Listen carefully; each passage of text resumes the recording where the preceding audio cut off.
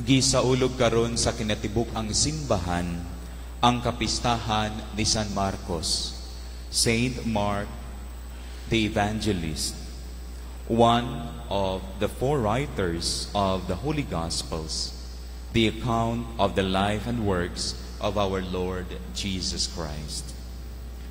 Mga igsoon, diha sa Ebanghelyo karon, atong nadungog ang pagsugo ni Jesus, paghatag og misyon ngadto sa mga apostoles, ang pagsangyaw sa maayong balita ngadto sa tibuok kalibutan. Ug sa iyang kabahin, gihimo kini ni Saint Mark diha sa iyang pagsulat sa mga gisulti o gipanghimo kaniadto ni Jesus sa dihang uban pa siya sa iyang mga apostoles.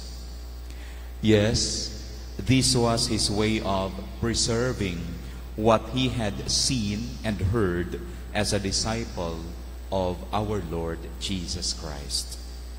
Ug tungod niini, ang pulong sa Dios, ang Ebanghelyo, mabasa ug madungog natong tanan karon. Wow. Dear sisters and brothers in Christ, as baptized, we also have a responsibility. Gikinahanglan ang matag usa kanato alang sa katumana nining maong misyon, ang pagsangyaw sa maayong balita. Thus, we cannot rely only to priests and religious to do this mission. Kitang tanan may kabahin niini.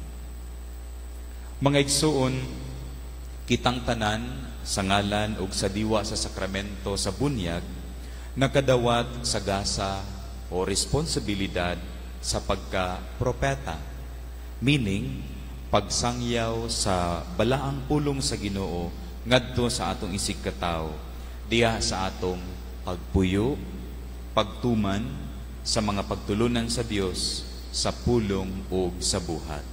We call this as proclamation and witnessing. Dear brethren, yes, God will be our mouth, ears, hands, feet, and heart. In other words, in this mission, we are not alone. We have God with us.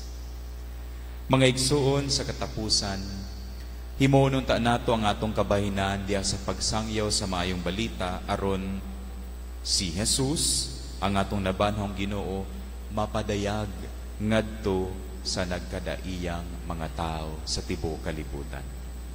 And by doing so, may God bless us all. Amen.